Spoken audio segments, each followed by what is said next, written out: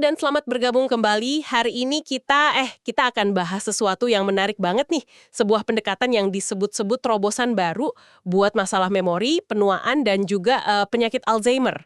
Betul sekali. Diskusi kita ini acuannya dari bab 1 materi Memory Rescue yang Anda bagikan. Nah, tujuannya kita mau gali nih, kenapa sih pendekatan medis yang biasa itu sering dianggap kurang cukup gitu ya buat keluhan memori? Iya, Dan apa aja inti dari pendekatan baru ini yang katanya menekankan pentingnya kita tahu kondisi otak kita jauh lebih awal. Anda mungkin pernah kan merasa sedikit cemas gitu, lupa nama orang, atau masuk kamar, terus ngapain ya tadi kesini gitu. haha, sering itu. Nah pertanyaannya, apa itu cuma sekedar penuaan normal yang ya udah kita terima aja? Topik ini krusial banget memang. Seperti yang dikutip di awal bab itu, memori adalah segalanya bagi kita. Tapi ya itu, pandangan umum seringnya nganggep remeh gejala awal. Atau diagnosisnya telat banget. Jadi, diskusi kita hari ini berdasarkan bab 1 ini, bakal ngasih lihat perspektif yang beda. Kita soroti keterbatasan pendekatan lama, terus kita kenalkan cara pandang baru yang lebih proaktif gitu. Ini inti dari apa yang disebut pendekatan terobosan di sumber ini. Oke. Mari kita mulai dari skenario yang mungkin banyak dialami ya, yang juga digambarin di materi ini. Misalnya, Anda merasa daya ingat kok kayaknya menurun nih. Terus ke dokter. Ya, Mungkin dites singkat, atau bahkan sampai MRI mungkin ya. Terus seringnya dibilang, oh ini wajar kok, kan usianya nambah, gitu. betul. Faktor U katanya. Iya, faktor U. Bahkan mungkin keluarga atau teman ikut nenangin, biasa itu aku juga sering lupa kok. Nah, oke, mari kita bedah ini. Kenapa sih menurut argumen di bab pertama buku ini pendekatan kayak gini tuh dianggap bermasalah? Penulisnya bilang pendekatan tradisional ini, gimana ya, tidak efektif, menyedihkan, dan tidak bisa dibenarkan kalau lihat apa yang kita tahu sekarang. Intinya gitu. Masalah utamanya, pendekatan ini sering banget kelewatan fase-fase awal kerusakan otak, padahal itu udah jalan, tapi kita nggak sadar. Oh, jadi ada yang kelewat ya? Banget. Ada pergeseran paradigma penting yang disorot. Ini nacunya ke data dari National Institute on Aging atau NIA di Amerika tahun 2011. Mereka itu resmi nambahin tahapan baru namanya preklinis. Preklinis, maksudnya gimana tuh? Jadi preklinis ini dideteksinya bukan dari gejala yang kita rasain, tapi dari biomarker. Lewat apa? Yaitu pencitraan otak misalnya. Jadi alur pikir di bab ini tuh tahapannya jadi begini. 1. Normal, nggak ada keluhan. Oke. 2. Preklinis. Nah ini dia. Belum ada gejala dirasain, tapi perubahan negatif udah mulai kelihatan di biomarker. Misalnya di scan otak. 3. Baru masuk ke gangguan kognitif ringan atau mild cognitive impairment, MCI. Di sini penurunan kognitif mulai kerasa sama orangnya atau orang sekitar, tapi belum sampai ganggu aktivitas harian banget kayak demensia. Oke, mulai kerasa tapi belum parah ya? Betul. Nah, tahap keempat, baru penyakit Alzheimer atau demensia lainnya. Jadi ada periode sunyi gitu ya, di mana otak udah mulai berubah tapi kita belum ngerasain apa-apa di kehidupan sehari-hari. Itu dia, poin penting yang ditekankan banget sama penulis. Dan ini bagian krusialnya nih. Kerusakan otak ini bisa mulai bertahun-tahun atau bahkan puluhan tahun sebelum gejala pertama muncul dan kita sadari. Puluhan tahun, wow. Iya. Contoh yang dikasih di bacaan ini, orang yang didiagnosis Alzheimer umur 59 bisa jadi udah ada tanda-tanda perubahan otak sejak umur 30-an. Ada juga kutipan studi dari UCLA, ini universitas riset terkenal, nemuin fakta yang, lumayan bikin kaget. 95% penderita Alzheimer itu baru ketahuan pas udah tahap sedang sampai parah. Waduh, 95% itu tinggi banget ya? Tinggi banget. Ini penting buat Anda pahami. Artinya, kesempatan buat bertindak, buat intervensi yang paling efektif, itu mungkin ada jauh sebelum Anda ngerasa ada yang salah. Nunggu gejala muncul, menurut argumen ini ya, bisa jadi udah agak telat buat hasil terbaik. Makanya, deteksi dini jadi kunci utama pendekatan baru ini. Wah, ini bener-bener ngubah cara pandang ya, dari yang tadinya pasrah nunggu masalah, jadi harus proaktif nih, cari tahu kondisi mesin paling penting di badan kita. Betul. Ada anekdot menarik juga nih di bab ini. Penulisnya cerita pas umur 50, dokternya nyaranin kolonoskopi kan, pemeriksaan rutin tuh. Iya. Terus penulisnya nanya balik, kenapa Anda nggak pengen lihat otak saya? Bukannya organ itu sama pentingnya? Nah, argumennya kita kan rutin periksa macam-macam organ ya, jantung, usus, mata. Tapi anehnya otak, pusat kendali hidup kita, sering banget diabaikan sampai udah ada masalah serius. Penulis bilang ini keliru banget, apalagi kalau lihat prediksi kasus Alzheimer ke depan yang katanya bakal naik terus. Persis. Jadi gagasan utamanya di bab ini ya pentingnya kita lakukan penilaian dasar, baseline assessment gitu, buat kesehatan otak secara rutin. Sama kayak kita check up organ vital lainnya. Nah, bab 1 ini terus ngebahas beberapa alat atau metode penilaian yang dianjurkan.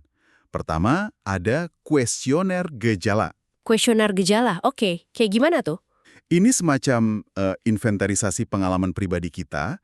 Anda bisa coba renungin deh beberapa contoh pertanyaan dari materi ini. Seberapa sering Anda salah naruh barang penting? Kunci, HP, dompet gitu. Sering sih kalau saya. Nah, terus apakah Anda ngerasa lebih susah dari biasanya buat ngerencanain sesuatu atau mecahin masalah? Atau pernah nggak bingung soal hari, tanggal, atau lagi di mana gitu? Sering susah nyari kata yang pas ngomong? Ngerasa kemampuan ngambil keputusan menurun? Atau jadi malas gaul, narik diri dari aktivitas sosial? Pertanyaan-pertanyaan kayak gini tuh tujuannya buat nangkep perubahan-perubahan kecil yang mungkin kita abain sehari-hari.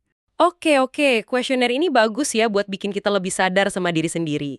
Tapi kan argumen utama di bab ini perlunya bukti yang lebih konkret ya, bukan cuma perasaan kita aja. Jadi ada cara yang lebih objektif nggak buat ngukur fungsi kognitif ini menurut penulis? Ya, tentu aja. Selain kuesioner, disebutin juga adanya tes kognitif online. Contoh spesifik yang dikasih itu tes Brain Fit Web Neuro dari Amen Clinics, tempat penulisnya kerja. Tes ini katanya sekitar 35 menit, dirancang buat ngukur 17 area fungsi kognitif dan emosional. Nanti keluar skornya, terus ada profil kekuatan dan kelemahan otak kita. Oh, jadi ada skornya ya? Iya, ada skornya. Rekomendasi di buku ini, buat usia 40 tahun ke atas, bagusnya lakuin tes kayak gini tiap tahun. Buat mantau kondisi otak dari waktu ke waktu. Hasilnya bisa nunjukin area spesifik mana yang mungkin perlu perhatian. Misalnya, di contoh yang dikasih, hasil tes bisa nunjukin ada masalah di memori kerja atau fungsi eksekutif, gitu. Terus metode yang kayaknya paling ditekankan banget di bab ini itu pencitraan otak ya? Ada satu jenis scan yang disorot banget. Betul sekali. Penulis ngasih penekanan kuat pada pencitraan otak fungsional, khususnya pemindaian SPEC. SPEC itu singkatan dari Single Photon Emission Computed Tomography. Penting banget nih buat pahamin bedanya sama CT scan atau MRI yang mungkin lebih kita kenal. Apa bedanya tuh? Kalau CT sama MRI, itu ibaratnya kita lihat struktur atau anatomi otaknya, bentuk fisiknya. Ada tumor nggak, ada bekas stroke nggak, ada penyusutan nggak. Nah, kalau SPEC, ini lihat fungsi otaknya. Gimana otak itu kerja. Area mana yang aktif, mana yang kurang aktif. Caranya ngukur aliran darah sama aktivitas metabolik di berbagai bagian otak. Oh, Coba bayangin gini deh. MRI CT itu kayak lihat denah rumah kita, dindingnya di mana, ruangannya apa aja. Nah, SPEC itu lihat aktivitas di dalam rumah. Di mana lampu nyala terang, di mana aliran airnya lancar, di mana ada area yang gelap atau sepi. Nah, argumen kuncinya nih, masalah aktivitas atau fungsi ini seringkali muncul jauh sebelum dindingnya retak atau struktur fisiknya berubah. Disinilah hal menjadi sangat menarik. jadi spek ini kayak bisa ngintip kesibukan di dalam otak ya, bukan cuma bentuk fisiknya doang. Tepat. Contoh kasus Steve yang diceritain di bab ini ngegambarin banget poin itu. Hasil spek scan Steve nunjukin pola aliran darah yang rendah banget di area-area tertentu otaknya. Pola kayak gitu sering dianggap tanda risiko tinggi buat Alzheimer nanti. Meskipun waktu itu gejalanya mungkin belum parah. Terus gimana sih Steve? Setelah Steve ikut program intervensi yang diurai di buku ini, nanti dibahas di bab-bab selanjutnya, kondisinya katanya membaik. Yang lebih penting lagi, scan ulang setahun kemudian nunjukin perbaikan signifikan di pola aliran darah dan aktivitas otaknya. Jadi intinya, lihat gimana otak kerja fungsinya bisa ngasih peringatan dini, bahkan sebelum kita lihat kerusakan nyata di struktur fisiknya. Wow, itu implikasinya gede banget ya. Artinya ada harapan buat deteksi dan mungkin cegah sebelum telat. Itulah argumen utamanya. Nilai lebih spek menurut penulis, ya kemampuannya buat bantu ungkap berbagai kemungkinan penyebab masalah memori yang bisa diobati, tapi sering kelewat sama pemeriksaan standar. Ini bisa jadi karena masalah sirkulasi darahnya jelek, atau ada area otak yang kurang aktif, atau malah terlalu aktif gara-gara cedera kepala dulu, meskipun udah lama. Oh, cedera lama bisa ngaruh ya? Bisa banget. Atau efek paparan racun lingkungan, infeksi laten, depresi yang nggak ketahuan, atau kondisi medis lain yang ngaruh ke fungsi otak. Penulis juga ngutip studi pakai PET scan, ini teknik pencitraan fungsional lain dari UCSF, University of California San Francisco. Studinya nemuin kalau nggak sedikit pasien yang didiagnosis MCI atau demensia awal itu ternyata nggak punya tumpukan plak amiloid yang jadi ciri khas Alzheimer klasik. Loh, jadi bukan Alzheimer dong? Bisa jadi penyebabnya beda. Temuan ini penting karena buka kemungkinan kalau penyebab masalah memori mereka itu lain. Jadi ya pendekatan pengobatannya juga perlu disesuaikan. Ini makin nguatin argumen betapa pentingnya lihat fungsi otak secara langsung, nggak cuma ngandelin gejala atau strukturnya aja. Penjelasan ini benar-benar bikin kita mikir ulang ya soal keluhan memori. Kompleks banget ternyata. Memahami pentingnya lihat fungsi otak ini terus bawa kita ke pertanyaan dasar. Gimana sih sebenarnya otak kita kerja dan ngebentuk memori? Sebelum kita lanjut lebih dalam, kita coba tinjau sekilas dasar-dasarnya ya, seperti yang dijelasin juga di bab 1 ini. Boleh.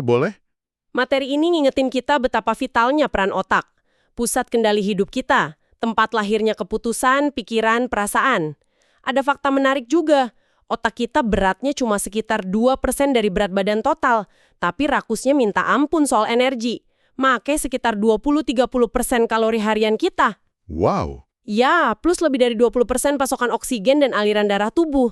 Isinya ada sekitar 86 miliar sel saraf atau neuron yang saling nyambung. Prosesor super canggih lah pokoknya. Dan berbagai bagian dari prosesor canggih ini punya tugas spesifiknya masing-masing. Bab 1 nyebutin beberapa area kunci yang berperan penting dalam memori dan fungsi kognitif secara umum. Iya, contohnya korteks prefrontal PFC, itu letaknya di depan otak ya, belakang dahi, penulis nyebutnya CEO otak. Dia yang tanggung jawab buat fungsi eksekutif, fokus, ngerencana, ngambil keputusan, nilai baik buruk sama ngontrol impuls. Ada contoh kasus Joel tuh habis kecelakaan mobil, PFC-nya rusak. Dia jadi ceplas-ceplos nggak pakai filter.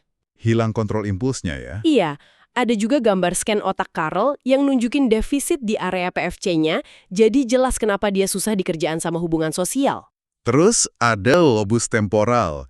Ini di sisi kepala, kira-kira sejajar pelipis. Diibaratkan kayak sekretaris sosial otak.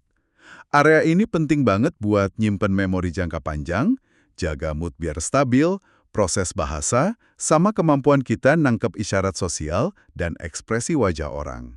Lalu ada amigdala, yang kecil bentuknya kayak almond di dalam lobus temporal. Disebutnya penanda emosi. Amigdala ini ngasih warna emosi ke memori kita. Makanya ingatan yang emosinya kuat, seneng banget atau takut banget lebih nempel kan? Betul, kayak ciuman pertama atau kejadian traumatis gitu ya. Nah iya, amigdala juga bantu kita ngerespon situasi dengan pas. Misalnya kenali bahaya terus menghindar. Di buku ini dikasih contoh, kalau amigdala terlalu aktif, kita bisa jadi gampang cemas atau reaksinya lebay. Sebaliknya, kalau kurang aktif, respons emosi kita bisa datar atau malah nggak pas. Misalnya ketawa pas dengar kabar duka gitu. Waduh, terus ada lobus oksipital di belakang kepala. Ini pusat pengolahan visual utama kita. Semua info dari mata diolah di sini. Kalau ada kerusakan di area ini, kata materinya, bisa nyebabin halusinasi visual yang kadang ditemuin di kondisi kayak demensia Lewy body. Terakhir, tapi penting juga, cerebellum atau otak kecil. Otak kecil ya, di bawah belakang itu kan? Iya, betul. Dulu dianggapnya cuma buat koordinasi gerak sama keseimbangan. Tapi riset baru nunjukin perannya juga penting buat koordinasi pikiran, kelancaran mikir, kontrol impuls, sama kemampuan ngorganisasi. Ternyata kompleks juga ya si otak kecil ini. Dengan semua bagian ini kerja bareng, gimana sebenarnya proses ngebentuk memori itu terjadi menurut penjelasan di bab 1 ini? Pertama, recall atau pemanggilan kembali. Bahan bakunya ya informasi dari panca indera kita, plus label emosi yang nyertainnya tadi. Konsep penting yang jadi dasar semua ini adalah neuroplastisitas. Neuroplastisitas? Itu apa tuh? Itu kemampuan luar biasa otak kita buat terus berubah, adaptasi dan ngebentuk koneksi baru berdasarkan apa yang kita pelajari dan alami sepanjang hidup. Otak itu nggak statis. Oke, kita lihat tahap pertama, encoding. Apa intinya? Encoding itu proses ngubah info sensorik jadi bentuk yang bisa disimpang otak. Nah, menurut penjelasan di sini, kita cenderung lebih gampang ngodein dan nginget info kalau kita kasih makna, tujuan, atau kita kaitin sama pengetahuan yang udah ada.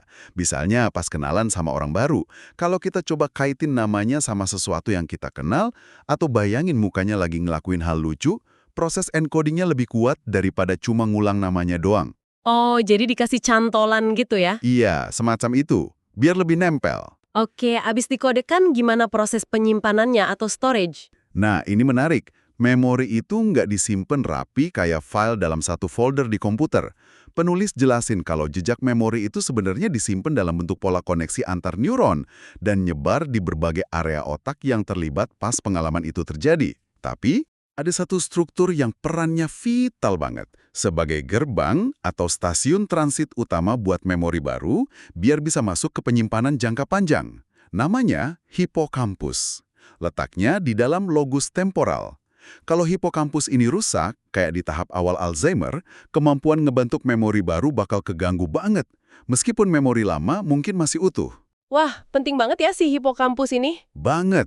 Dia kayak penjaga gerbangnya memori jangka panjang.